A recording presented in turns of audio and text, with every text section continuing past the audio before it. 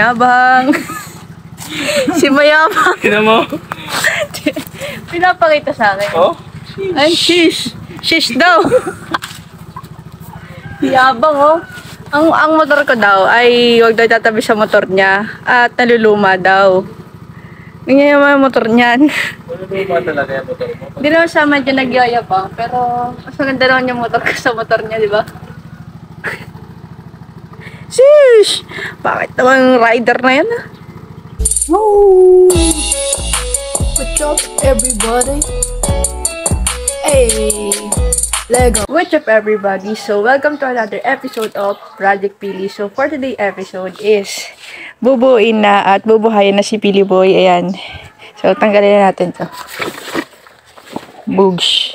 Yan. It's been 3 weeks ata since na-stuck siya dito ng ganyan. So, na-paint na yung gulong niya. Ikakabit na namin yung mga gulong. Tapos, kakabit na rin yung mga kaha na nakuha namin sa MJL kahapon.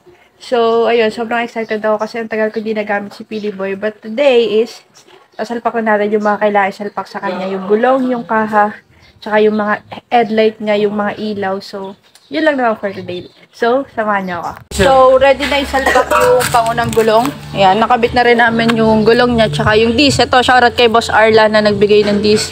So, ito, sasalpak na siya doon. Muna palang front fender yung ikakabit before yung tires and mugs. Nakakasilaw. See! Okay, so next part is ito ng mugs and tires.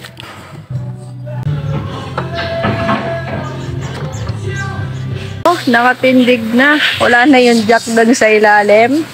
Ayan, so far guys, ayan pa lang yung nakakabit. And then, next naman is yung rear mugs and tires. And then, after nun siguro yung mga fairings na agad. Ooh, super excited na ako guys. Salpakan na ng gulong sa likodan. Tapos ito guys, niluwagan lang yung pipe para maisalpak ng maayos doon. Kasi pag hindi, hindi may papasok at di makakadaan yung mugs. Yeah, nakatindig na. Ito na guys, nasalpak na yung araro. And then, ito yung bangka ngayon.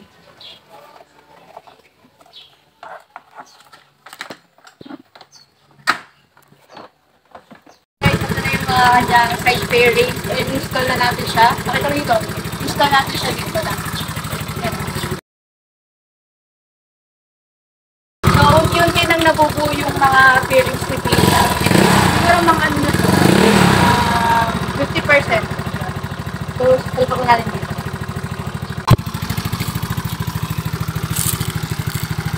Yan guys, ito yung kanya pinaka, di ko alam pang tawag sa fairings na to, pero dito siya, install na rin.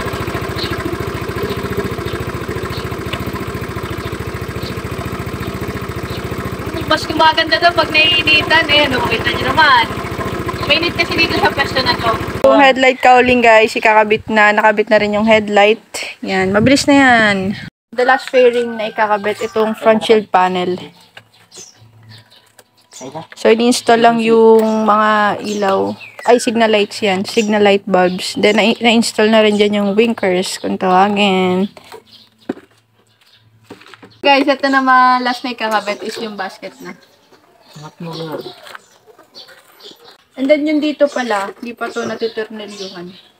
Yung dito lang naman, sa may fairing.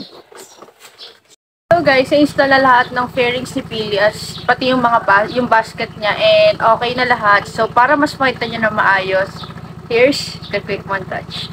Pasok! We're gonna have a problem here. And it goes. I'm Slim Shady, yes, I'm the real Shady. All you other Slim Shadys are just imitating. So all the real Slim Shady, please stand up.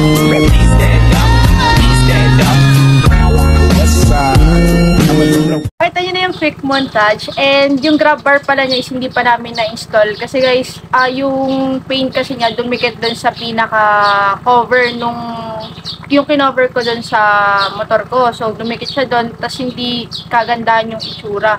Kaya hindi muna namin siya kinabit. So, ang plan is ipapa-repaint ko ulit.